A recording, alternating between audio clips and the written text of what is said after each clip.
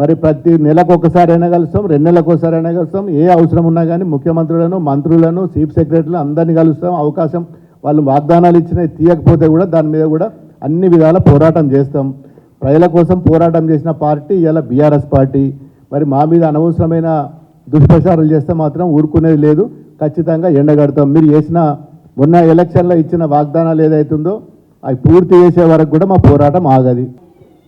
దేనికోసం మా కేసీఆర్ గారు మా మీద నమ్మకలేదన్నా? మేము కేసీఆర్ గారు చెప్పిపోవడానికి వాళ్ళ కాంగ్రెస్ పార్టీ లెక్కన బీజేపీ పార్టీ లెక్క కాదు కదా. మా పార్టీ అంటే మాకు లీడర్షిప్ మీద మాకు నమ్మకం ఉంటుంది. మా మీద కూడా మా అధినాయకునికి కూడా మా బాసుకు కూడా నమ్మకం ఉంటుంది.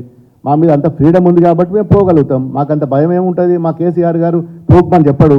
అభివృద్ధి కంటే ఒక ఉద్యమం చేసినప్పుడే మరి గొంగలి పురుగునైనా నేను తెలంగాణ రాష్ట్రం కోసం ముద్దాడుతా అన్నాడు.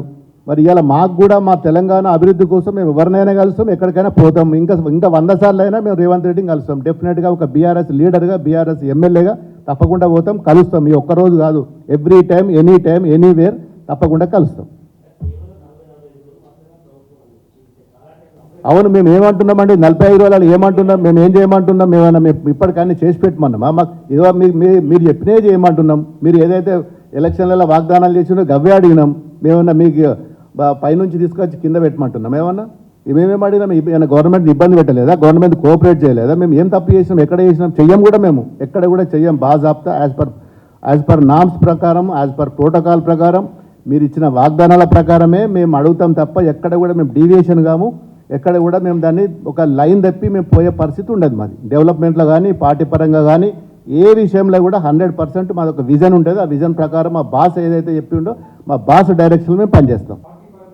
డెఫినెట్గా హైకమాండ్ ఏంది ఇప్పుడు మేము చెప్పిందే వాళ్ళు చెప్పిన ఎవరైతే ప్రోటోకాల్ దాన్ని వయలేషన్ చేస్తుండ్రో అందరి తరఫున అందరికి ఇదే బాధ ఉంది కాబట్టి మేము ముందు పోయి అడిగినాం.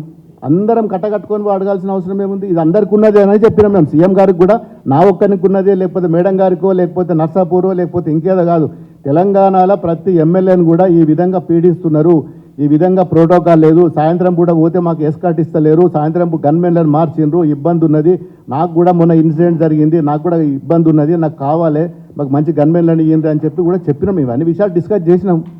దేనికోసం హైకమాండ్ మీద నమ్ముకున్నాం. హైకమాండ్కి మేము చెప్పాల్సిన అవసరం మేము హైకమాండ్ ఏదైతే చెప్పాల్సింది ఉందో అదే విధంగా వాళ్ళ డైరెక్షన్లో మేము పోయినాం.